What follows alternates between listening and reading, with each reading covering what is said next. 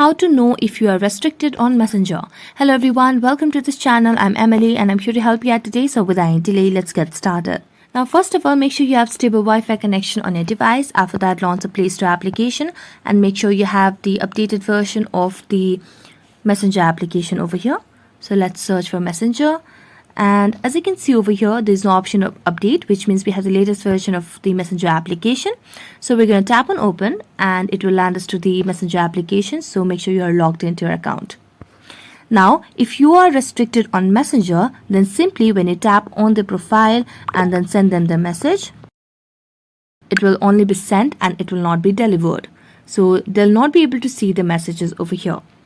Next, if you try to call them, then the call will not be reaching to them and it will be just failed. The call will just fail out of nowhere.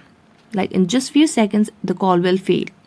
Next, you'll not be able to see when were they last active. So you'll be able to see the option of last seen a while ago or last seen a long time ago, like that. And you'll not be able to see if they were last online or last active a few minutes, hours ago over here. So that's it. Thank you so much for watching this video and see you next time.